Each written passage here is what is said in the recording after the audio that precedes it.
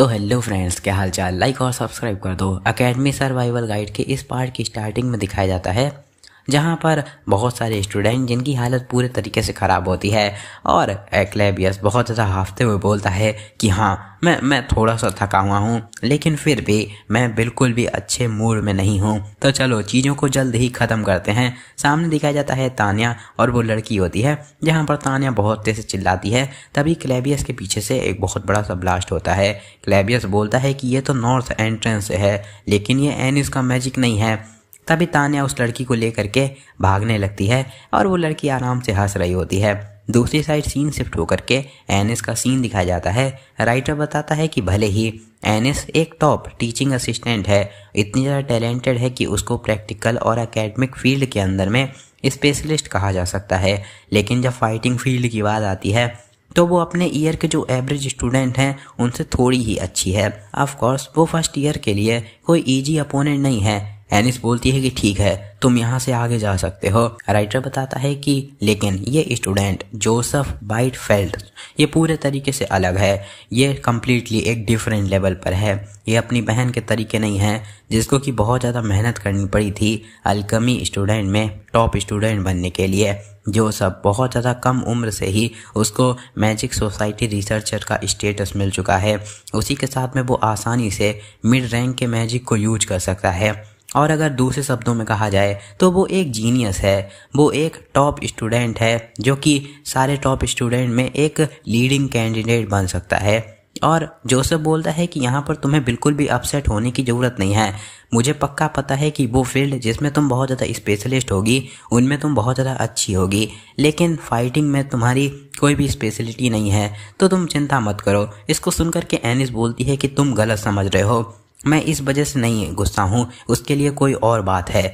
चलो लेकिन तुम यहाँ से चले जाओ। इसको सुनकर के वो वहाँ से चला जाता है और बोलता है कि ठीक है। एनिस बोलती है कि जब सारी चीज़ें बिना किसी गलती के परफेक्टली जा रही थीं तब मैंने एक गलती करी और मैजिक इंजीनियरिंग आइटम को तोड़ दिया, जिससे चीज़ें और भी ज़्यादा ख़राब हो गई। और उस टाइम पर मैं कोई दूसरा प्लान भी नहीं ला पा रही थी। तब वो इंसान वो सामने आया और सारी सिचुएशन को अच्छे तरीके से उसने लीड किया। वो उस टाइम पर बिल्कुल भी परेशान नहीं हुआ और सारी बातचीत को बहुत ज़्यादा सोच समझ के किया।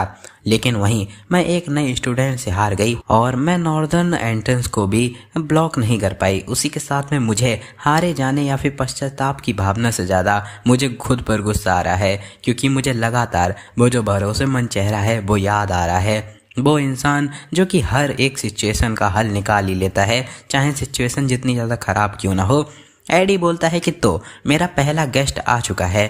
तुम्हें पता है एग्ज़ाम के बारे में, है ना? तुम्हें वो जो मैजिक स्टोन है एल्टार पर रखना है तो तुम एग्ज़ाम पास कर लोगे, लेकिन मैं तुम्हें ये करने नहीं दूंगा। इसको सुनकर के जोसेफ बोलता है कि वेल, एग्ज़ाम का मेथड सच में बहुत ज़्यादा अजीब है।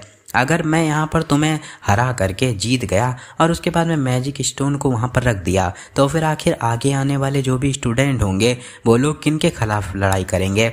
इसको सुनकर के एडी बोलता है कि किसको पता है, लेकिन तुम्हें उसके बारे में चिंता करने की ज़रूरत नहीं है। इसको सुनकर के जोसेफ बोलता है कि वेल हाँ, सही बात है, मुझे पक्का पता है कि यहाँ पर कोई ना कोई दूसरा मेथड पक्का ही तैयार करके रखा हुआ होगा। और अपने मन में बोलता है कि सच बताऊँ तो मुझे इस चीज़ से बिल्कुल भी फ़र्क नहीं पड़ता है। मैं सिर्फ और सिर्फ यहाँ पर थोड़ा टाइम बर्बाद कर रहा हूँ ताकि मैं अपने आसपास की चीज़ों को देख पाऊँ।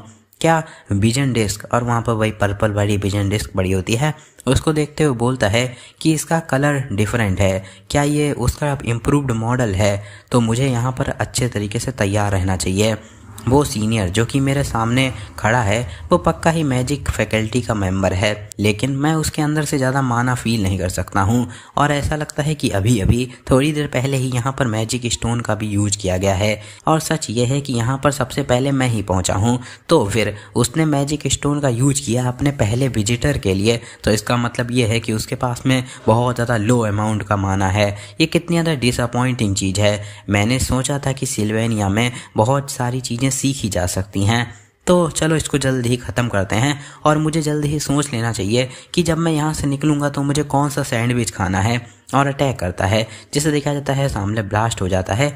जो अटैक किया होता है वो मिड रैंक का मैजिक पार्टिकल एक्सप्लोजन होता है। वो बताता है कि एक मिड रैंकिंग का मैजिक स्पेल जो कि उतना ज़्यादा ताकतवर नहीं होता है, लेकिन अगर तुम पहले से इसके लिए तैयार नहीं रहोगे तो ये तुम्हें लग जाएगा। अगर तुम इसकी डायरेक्शन को नहीं देखोगे और पहले से इसको डॉज नहीं करोगे तो तुम किसी भी हालत में इससे बच नहीं पाओगे। लेकिन दिखाया जाता है एडी उसको डॉज कर लेता है। इसको देख करके वो बोलता है कि वाओ, उसने इसको डॉज कर लिया, वो पक्का ही थोड़ा सा कॉम्बैट में एक्सपीरियंस है। उसके मैजिक के फ्लो को देख करके लग रहा है कि वो फायर मैजिक का यूज करेगा। उसके लेवल को देख करके लगता है वो पक्का ही या तो इग्निशन या फिर स्कॉर्च का यूज करेगा। स्कॉर्च एक गोल्ड कलर की आग होती है जो कि सामने की तरफ में अटैक करती है। नहीं, लेकिन ये वो नहीं लग रही है, ये इग्निशन है। जो एडी होता है वो इग्निशन का अटैक करता है, जिसको कि देख करके वो चौंक जाता है और बोलता है कि ये जो फ्लेम्स हैं उससे कहीं ज़्यादा बड़ी हैं जितना कि मैंने एक्सपेक्ट किया था। उसने डेफिनेटली अपने बेसिक मैजिक को बहुत ज़्यादा ट्रेन किया है। इसको इवन मिड रैंक का स्पेल भी बोला जा सकता है, लेकिन उससे क्या ही मतलब है। बेसिक मैजिक चाहे जितना भी ताकतवर हो वो मेरे डिफेंस को नहीं तोड़ सकता है। देखा जाए जो बैटल होता है मेजेस के बीच में वो सिर्फ और सिर्फ डिसाइड होता है एक इंसान के माना के ऊपर में। मान लो कि दो लोग जो कि एक दूसरे पर सेम ही अटैक कर रहे हैं तो वही जीतेगा जिसके पास में ज़्यादा माना होने वाला है। मेरे हिसाब से मुझे नहीं लगता है कि उसके पास में मैजिक के साथ में फ़ाइट करने का ज़्यादा एक्सपीरियंस है। वो मेरे जो ऑफेंसिव मैजिक है उसको आगे ब्लॉक नहीं कर पाएगा, उसी के साथ में अपने इग्निशन अटैक को भी और ज़्यादा यूज नहीं कर पाएगा जैसे ही उसका माना ख़त्म होगा। जो मेजर्स के बीच का बैटल होता है वो बहुत ज़्यादा प्रोफाउंड होता है। तब तक एडी एकदम से उसके पास में आ जाता है और बोलता है कि जोसेफ वाइटफेल्ज है ना, वेल तुम आसानी से जो अपने डिफेंसिव मैजिक सर्कल है उसका यूज करके स्पेल्स को तो ब्लॉक कर सकते हो लेकिन फिजिकल अटैक को नहीं। एडी आता है और एकदम से उसके मुंह पे धाड़ से मुक्का लगाता है और बोलता है कि क्योंकि तुम एक मेज हो तो तुम्हें क्या लगता है हमेशा ही तुमसे लड़ने के लिए मेज ही आएंगे। और बहुत ज़्यादा बैडएस लग रहा होता है।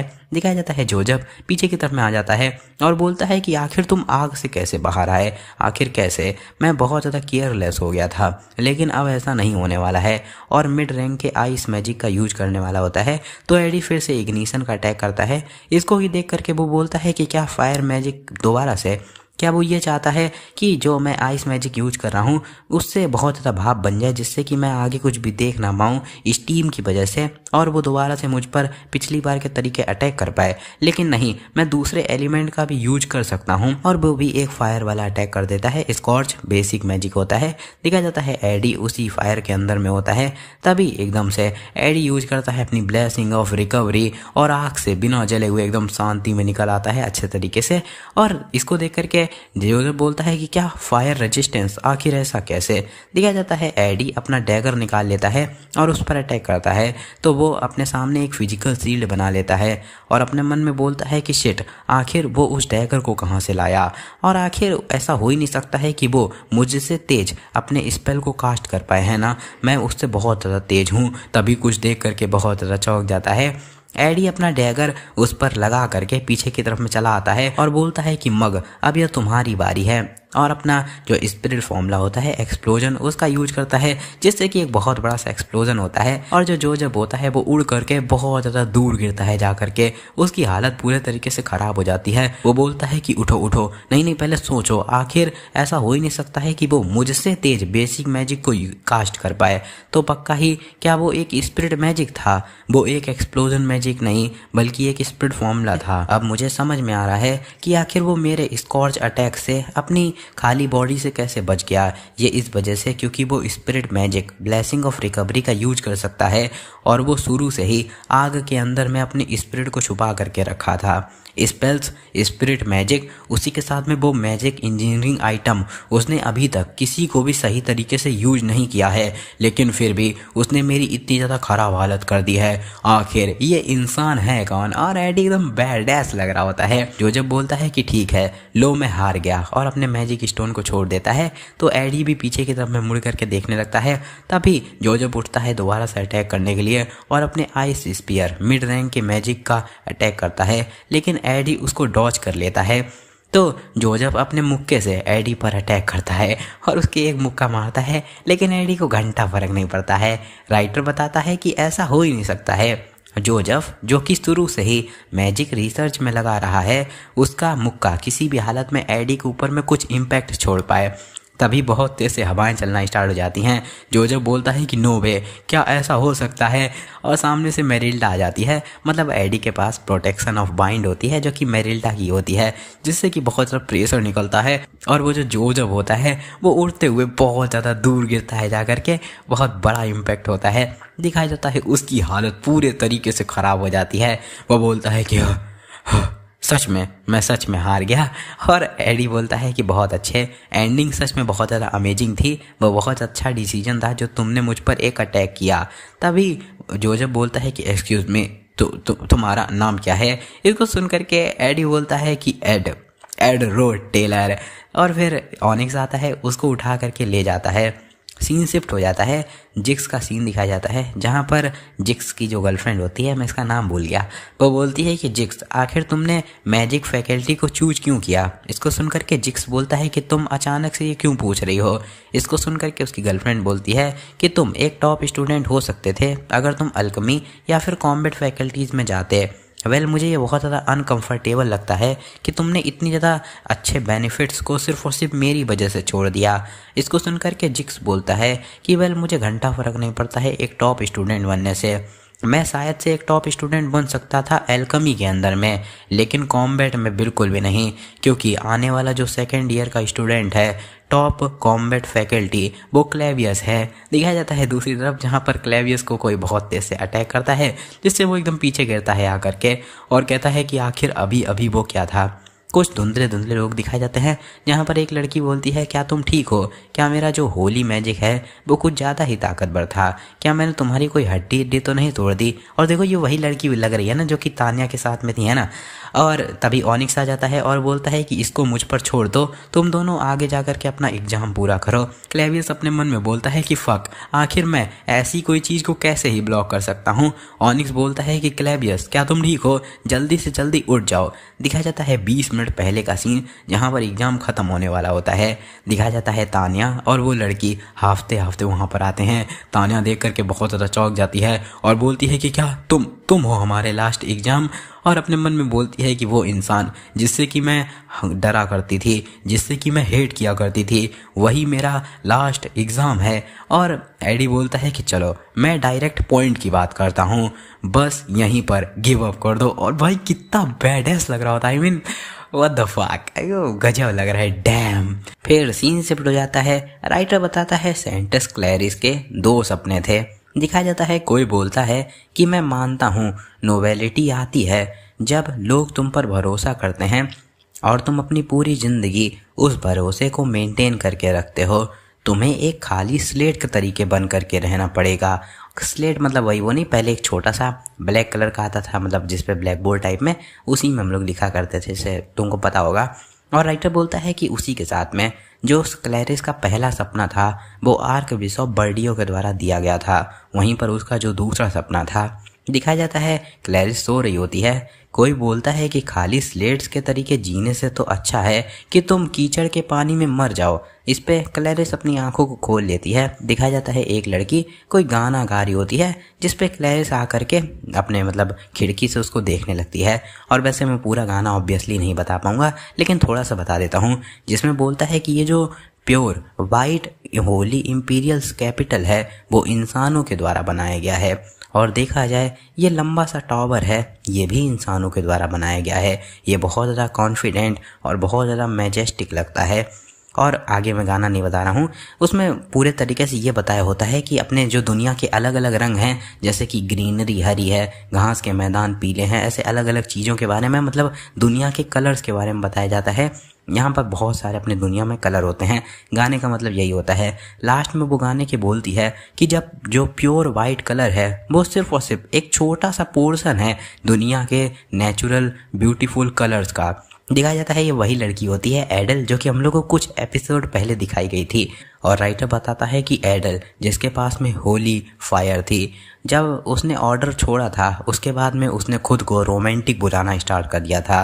वैसे ये अभी भी क्लियर नहीं है कि आखिर वो बिल्डिंग से बिल्डिंग कैसे टहला करती थी, लेकिन जब पूरी जो दुनिया है वो सो जाया करती थी उसके बाद में वो क्लैरिस की विंडो पे आकर के गाना सुनाया करती थी। वो सपना जो कि वो रात में देखा करती थी वो दूसरी बाहर की दुनिया का होता था, जहाँ पर दोस्त वो आसमान में शांति में सितारों को देखते हुए एक दूसरे से बात कर रहे होते थे। यहाँ पर वो एडल बोलती है कि एक ज़िंदगी जहाँ पर तुम नॉर्मल दोस्त बना पाओ और प्यार कर पाओ, उसी के साथ में नॉर्मली घूम पाओ, नॉर्मली क्लासेस ले पाओ, क्या ये एक ऐसी जगह नहीं है जहाँ पर तुम सच में नोबिलिटी को सेंस कर सकती हो? वहीं पर उसके बजाय जहाँ पर कई सारे लोग तुम्हारे सामने हमेशा ही झुके रहते हैं सेल्फ रिस्पेक्ट के चलते, तुम बताओ आखिर तुम्हारे हिसाब से क्या है? वेल, क्या तुम्हें पता है कि किसी इंसान को जिससे कि तुम प्यार करते हो उससे हग करना भी कहीं ज़्यादा वैल्यूएबल हो सकता है। राइटर बताता है कि जब एडल ने ऑर्डर छोड़ा था, ऑर्डर मतलब वही अपना ये टेम्पल, तो उसके बाद में एडल ने सिल्वेनिया ज्वाइन कर ली थी और जब भी कभी भी छुट्टियां होती थीं वो दुनिया में आसपास घूमने के लिए जाती थी। लेकिन जब एडल चली गई थी, क्लैरिस वो हर उस जगह पर जाती थी, हर अपने रात में सपने में जो उसको एडल ने बताई थी, और अंत में उसके बाद में वो एक किसी ऐसे इंसान से जिसको कि वो प्यार करती थी उससे बहुत ज़्यादा डीपली हग करती थी, मतलब गले लगती थी, समझ रहे हो। और उसी के साथ में वो लोग एक साथ उस अकेली सड़क पे वापस लौट जाते थे जहाँ पर क्लैरिस वो हमेशा ही अकेले थी। वो जर्नी जहाँ पर कई सारे कलर्स थे, जो कि उसकी रियल ज़िंदगी जहाँ पर सिर्फ और सिर्फ उसके पास में प्योर वाइट कलर ही था, उससे पूरे तरीके से अलग था। वो उसके सिर्फ और सिर्फ इमेजिनेशन में ही था। दिखाया जाता है फिर यहाँ पर जो वो बर्डी होता है वो बोलता है कि लेकिन ये चीज़ हमेशा ही याद रखना कि तुम्हें केयरफुल रहना पड़ेगा, तुम्हारी आइडेंटिटी बाहर रिवील नहीं होनी चाहिए, और उसी के साथ में ये कि तुम उस मैजिक इंजीनियरिंग आइटम को अपने साथ में हमेशा ही रखती हो, क्योंकि वैसे तुम्हारे पास में होली मैजिक की ब्लेसिंग्स हैं तो मैं उतना ज़्यादा चिंता नहीं करता हूँ, लेकिन फिर भी। इस पर क्लैरिस बोलती है कि वेल, मैं पूरे तरीके से एक अलग ही इंसान लग रही हूँ, तो आखिर मुझ पर कौन ही सस्पेक्ट करेगा वर्डियो। इसको सुनकर के वर्डियो बोलता है कि वेल, ये बुरा नहीं है कि तुम इसके बारे में पहले से ही केयरफुल रहो। और राइटर बताता है कि जब वो एकेडमी में आई, ऑर्डर ने सारी मैनेजमेंट कर दी थी, वो एक बिल्कुल ही टोटली अलग ही इंसान के तरीके आई थी। तब किसी ने भी उस पर अटेंशन पे नहीं करी। जहाँ पर वो खुले में लकड़ी की बेंच पर बैठी हुई थी, वहाँ पर वो अकेली थी और उसे बहुत ज़्यादा सेटिस्फाई फील हो रहा था। उसको बहुत ज़्यादा शांति महसूस हो रही थी। उस समय पर कोई भी उसके आगे नहीं था जो कि झुका हुआ हो, उसी के साथ में उसके लिए रिस्पेक्ट की भावना से उसको देख रहा हो। एटलीस्ट सिल्वेनिया में कोई भी इंसान नहीं था जो कि ये सोचता कि वो साइंटिस्ट हो सकती थी, लेकिन सिर्फ एक इंसान को छोड़ करके। देखा जाता है एडी बैडर इस तरीके से बोलता है, गिव अप कर दो। इसको देख करके तानिया बोलती है कि क्या लास्ट एग्जाम, क्या वो मेरा भाई एडवर्ड टेलर है? इसको देख करके क्लैरिस, इसका नाम क्लियर ही है, तो अभी के लिए इसको क्लियर ही बुलाते हैं, जब आगे इसको क्लैरिस के लिए क्लियर कर दिया जाएगा तो इसको क्लैरिस ही बुलाएंगे, ठीक है। वैसे अब क्लियर तो हो गया है कि यही है क्लैरिस, लेकिन फिर भी ठीक है। तो क्लैरिस बोलती है कि वो पक्का ही तानिया का भाई है ना, तो इसका मतलब वो भी रोड टेलर फैमिली से आता है। और एडी बोलता है कि वेल, मैं माफ़ी मांगता हूँ, लेकिन क्या तुम यहाँ से वापस लौट सकती हो? लेकिन अगर फिर भी तुम नहीं मानती हो तो आ जाओ। और अपनी मैरिल्डा की ताकत को निकालता है, जिससे बहुत ज़्यादा हवा निकलती है, जिससे कि क्लेयर बहुत तेज से चिल्लाती है, और जो तानिया होती है वो भी वहाँ पे खड़ी नहीं हो पाती है। इस वजह से अपने मन में बोलती है कि ये एकदम इम्पॉसिबल है। इवन वो स्टूडेंट जो कि अपनी पूरी ज़िंदगी भर स्पिरिट मैजिक के साथ में ट्रेनिंग करते हैं, नहीं इतना ही नहीं, वो स्टूडेंट जो कि ग्रेजुएट हो जाते हैं, उनके लिए भी ये चीज़ बहुत ज़्यादा मुश्किल है। इवन अगर अभी के स्पिरिट सॉर्सरर्स की बात करी जाए, जो कि 5 से 6 मिड रैंक के स्पिरिट को भी हैंडल कर लेते हैं, उनको भी वेटरन्स कहा जाता है, यानी कि बहुत ज़्यादा एक्सपीरियंस सॉर्सरर्स। लेकिन एक हाई लेवल का स्पिरिट कंट्रोल करना, नहीं, ये बिल्कुल ही बहुत ज़्यादा मुश्किल है। और पीछे से क्लेयर बोलती है कि मेरे हिसाब से हम लोग को यहाँ पर गिव अप कर देना चाहिए, तानिया ये बहुत ज़्यादा डेंजरस है। तानिया अपने मन में बोलती है कि हाँ, वो एकदम सही बोल रही है। हाई लेवल का स्प्रेड, वो ट्रॉमा अभी भी मेरे दिमाग से बिल्कुल बाहर नहीं निकला है, लेकिन अगर मैं यहाँ से निकल जाती हूँ तो सारी चीज़ें पहले के तरीके रहेंगी, कुछ भी चेंज नहीं होने वाला है। और बोलती है कि वेल, मुझे नहीं पता है तुम्हारे बारे में काइल, लेकिन काइल था इसका नाम, मैं गलत नाम ले रहा था, ठीक है, सॉरी। और बोलती है कि लेकिन मैं यहाँ पर गिव अप नहीं करने वाली हूँ। देखा जाए, अगर तुम्हारे पास में हाई स्टेटस और रैंक होती है तो तुम्हारे ऊपर कुछ रिस्पॉन्सिबिलिटीज होती हैं जिनको कि तुम्हें फॉलो करना होता है।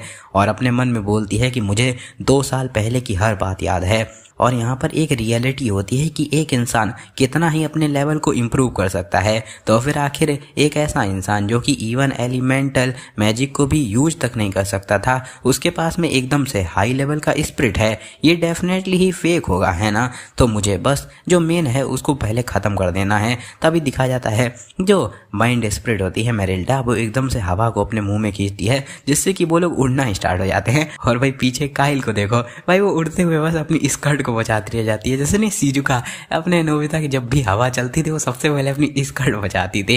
और दिखा जाता है इसको देख करके तान्या बहुत ज़्यादा घबरा जाती है और बोलती है कि नहीं, ऐसा नहीं हो सकता है। आखिर कैसे, क्या ऐसा हो सकता है कि ये सच में एक हाई लेवल का स्पिरिट है। और तभी वो दोनों एकदम से पीछे की तरफ में गिरते हैं आकर के, जिसमें कि काइल अपने मन में बोलती है कि वो इंसान पक्का ही तान्या का भाई है ना। राइटर बताता है कि काइल ने अपने मन में ये सोच रखा था कि जो भी नोबल मैन होते हैं उनकी बहुत ज़्यादा साफ अपीयरेंस होती है, बहुत प्यारी सी स्माइल होती है और वो बहुत ज़्यादा मैनर्स वाले होते हैं। लेकिन वहीं पर जब उसने सामने देखा इस इंसान को तो ये चीज़ पूरे तरीके से अलग लग रही थी। वो रोड टेलर का बेटा लग ही नहीं रहा था, ये इंसान पूरे तरीके से एक गुंडा लग रहा था। और अपने मन में बोलती है पुरानी बात को याद करते हुए, जहाँ पर तान्या ने बोला होता है कि चाहे तुम्हारा फैमिली का स्टेटस जितना भी ऊपर क्यों ना हो जाए, लेकिन कुछ ना कुछ लोग होते हैं जो कि पूरे तरीके से मतलब गुंडे टाइप में बन जाते हैं।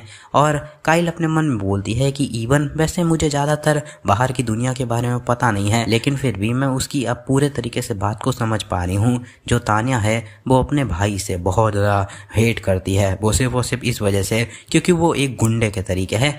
और एकदम से वो उठती है पीछे से और बोलती है कि तान्या तुम जाओ और उसकी मेन बॉडी पर अटैक करो जा करके, जैसा कि तुम्हारा प्लान था। मैं यहाँ पर एक चारे के तरीके काम करूँगी और जैसा कि मैंने कहा कि मैं यहाँ पर नहीं मरने वाली हूँ, मेरा लक बहुत ज़्यादा अच्छा है, तो चिंता मत करो। इसको सुनकर के तान्या बोलती है कि लेकिन फिर भी इससे तुम्हें बहुत ज़्यादा चोट लग सकती है और तुमने तो ये भी कहा था कि तुम एग्जाम में बिल्कुल भी इंटरेस्टेड ही नहीं हो। इसको सुनकर के काइल बोलती है कि तुमने कहा था कि वो एक बहुत ज़्यादा बुरा इंसान है और क्योंकि तुम ही मेरी पहली दोस्त हो जिसको कि मैंने सिल्वेनिया में बनाया है, तो मैं तुम्हारे लिए कुछ भी करूँगी। इसको देख करके तान्या भी बहुत ज़्यादा चौंक जाती है। राइटर बताता है कि नॉर्मली तान्या इस चीज़ के लिए तुरंत ही मना कर देती और ये कहते हुए कि ये तुम जो भी कह रही हो सब बकवास है। लेकिन वहीं देखा जाए जब वो अल्टार की तरफ में आ रही थी और जो सीनियर जो कि उसकी तरफ में बहुत ज़्यादा खतरनाक तरीके से बढ़ रहा था, वो एकदम से एक ग्लो के साथ में पीछे गिरा जा करके।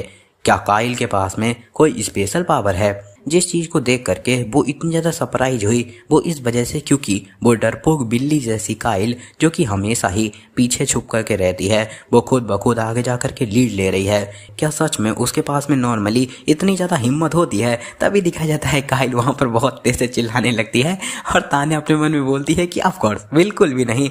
और दिखाया जाता है काइल वहीं पर सामने की तरफ में बढ़ने लगती है अपनी मेरिल्डा की तरफ में, और तभी मेरिल्डा के ऊपर से एकदम से बहुत ज़्यादा उसकी तरफ में एनर्जी बढ़ने लगती है। क्योंकि काइल उसकी तरफ में बढ़ रही होती है तभी उसका होली मैजिक ब्लेसिंग खुल जाती है, जहाँ पर कोई भी मिड रैंक या फिर उससे ऊपर का मैजिक उसको हार पहुँचाने की कोशिश करेगा तो ये खुद ब खुद ही एक्टिवेट हो जाएगी, जिससे मेरिल्डा को बहुत ज़्यादा दिक्कत होना स्टार्ट हो जाती है। इस पे मेरिल्डा अपनी और भी ज़्यादा ताकत का यूज करती है। इस पे काइल उड़ते हुए पीछे गिरती है और बहुत तेज से चिल्ला रही होती है। वहीं पर एडी बोलता है कि बस क्या इतना ही था? तभी बगल से कोई बोलता है कि क्या तुमने सोचा था कि मैं यहाँ पर गिव अप कर दूंगी? तान्या आती है, अपने एक मैजिक का यूज करती है, बेसिक मैजिक इमिट, और उस पर अटैक कर देती है, जिससे कि एडी उड़ते हुए दूर गिरता है जाकर के और वहां से गायब हो जाता है। इसको देख करके तान्या बहुत ज़्यादा चौंक जाती है और बोलती है कि क्या वो एकदम से गायब हो गया? क्या ये एक विजन डिस्क था? तभी दिखाया जाता है कई सारे एरो उसकी तरफ में बढ़ने लगते हैं। इसको देख करके वो चौंक जाती है और बोलती है कि क्या एरो, आखिर इसका मतलब क्या है? तभी कोई बोलता है कि वहीं पर शांति में बैठी रहो। तान्या अपने मन में बोलती है कि नो वे, वो इंसान जो कि इवन सही से एक स्वॉर्ड को भी पकड़ नहीं पाता था, वो अच्छे तरीके से एक बो का यूज कर रहा है। आखिर कैसे? दिखाया जाता है एडी बहुत ज़्यादा बैडस लग रहा होता है। एडी बोलता है कि ये मेरी एक वार्निंग है, वहीं पर बैठी रहो। इसको देख करके तान्या अपने मन में बोलती है कि एरो जो कि मैजिक के द्वारा बने हुए हैं, क्या ये सच में एड रोड टेलर ही है? और टेलर भाई कितना ज़्यादा बैडस लग रहा होता है। तान्या बहुत ज़्यादा घबराई हुई होती है और अपने मन में बोलती है कि ये पहले के तरीके बिल्कुल ही सेम है, कोई भी चीज़ चेंज नहीं हुई है जब मैं छोटी थी। चाहे मैं जितना भी हार्ड ट्राई क्यों ना कर लूँ, कोई भी चीज़ चेंज नहीं होने वाली है, मैं कुछ भी नहीं कर पाऊंगी। तभी एडी बोलता है कि तुमने बहुत ज़्यादा मेहनत करी होगी, लेकिन मुझे माफ़ करना, यहाँ पर एक रीज़न है जिस वजह से मैं तुम पर बिल्कुल भी आसान नहीं जा सकता हूँ, क्योंकि हम लोग रिलेटेड हैं। अगर मैं अपनी कम ताकत का यूज करूँगा, इससे मेरे हिसाब से तुम भी उससे कहीं ज़्यादा गुस्सा होगी, है ना? तुम्हें क्या लगता है? इसको सुनकर के तानिया बोलती है कि हाँ हाँ। तो एडी बोलता है कि लेकिन फिर भी ये बहुत ज़्यादा इनक्रेडिबल था। अगर मैं तुम्हारी जगह पर होता तो मैं दुम दबाकर यहाँ से भाग जाता, लेकिन फिर भी तुमने मेरा अंत तक सामना किया, इवन भले ही वो मेरा एक विजन ही क्यों ना था। और इस पे देख करके तानिया अपने मन में बोलती है कि क्या मेरे सारे के सारे जो भी थॉट्स थे वो पूरे तरीके से गलत थे। देखा जाता है सामने जहाँ पर एडी ने वही अपना टाई लगाने वाला दिया होता है जो तानिया ने वही पहन रखा होता है, और एडी बोलता है कि सच में तानिया, अब मैं तुम्हें पहले से पूरे अलग तरीके से देख रहा हूँ। तुम्हारी तरफ में एक बहुत ज़्यादा दयालु साइड भी तुमने छुपा करके रखा हुआ था। और तानिया अपने मन में बोलती है कि यहाँ पर कोई चीज़ सच में डेफिनेटली ही पूरे तरीके से चेंज हो चुकी है। इसी के साथ में इस चैप्टर का एंड होता है। तो मिलेंगे नेक्स्ट एपिसोड में। और वैसे मेरी यार तबीयत थोड़ी बेकार है, उसी के साथ में मेरे यार मुंह में चोट लग गई है। वो नहीं, खाना खाते वक्त ऐसे कभी कभी जीभ कट जाती है, तो मेरा वही हो गया है, लेकिन मेरे हाथ से ज़्यादा हो गया है, समझ रहे हो? तो इस वजह से मैं बोल नहीं पाता हूँ सही से, ठीक है? तो इसी वजह से थोड़ा वीडियो लेट हो रहे हैं, लेकिन अब जहाँ तक आएगा अभी थोड़ी तो दिक्कत है, इस वजह से तुम्हें आवाज़ में थोड़ी दिक्कत लग रही होगी। उसी के साथ में मेरे को जुकाम भी है, लेकिन जुकाम उतनी बड़ी प्रॉब्लम नहीं है, ठीक है? एंड करते हैं बिना किसी बकवास के। मिलेंगे नेक्स्ट एपिसोड में। टिल देन टाटा, ठीक है, बाय बाय।